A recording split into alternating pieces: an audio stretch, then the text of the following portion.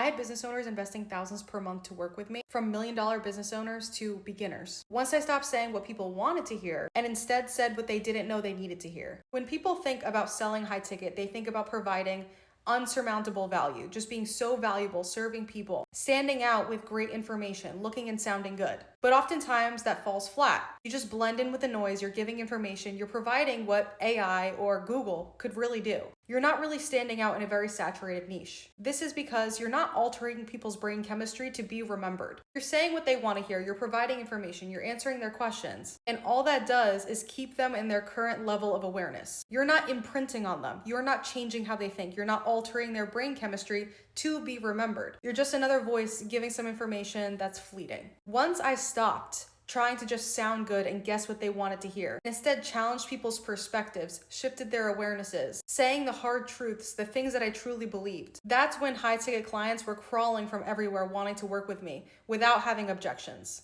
Because I was creating a perspective shift. Instead of just focusing on information, I realized authority was about identity. Information can be replaced by anyone. But if I wanted people to only work with me, I needed to shift their identity. I needed to create some imprint on them that would make them crave working with me, not just for what I know, but how I make them feel and how I change how they think. This really happens when you do a few things in your content. Instead of trying to look like an authority and sound good and give information, you need to challenge people's perspectives. Focus on their limiting assumptions, how they resist change that needs to happen for them to grow. Focus on the hard truths that nobody else is saying that you deeply believe, and stop looking for permission on what's okay to say and what's acceptable. Start getting deep on what they feel, what they're afraid to admit. Call out the shit that they're doing that's keeping them stuck. The scariest part about this is you're used to hiding behind information because it's safe. Taking a stance, shifting people's perspectives requires you to be uncomfortable, for people to not understand it, for people to resist it, for them to get defensive,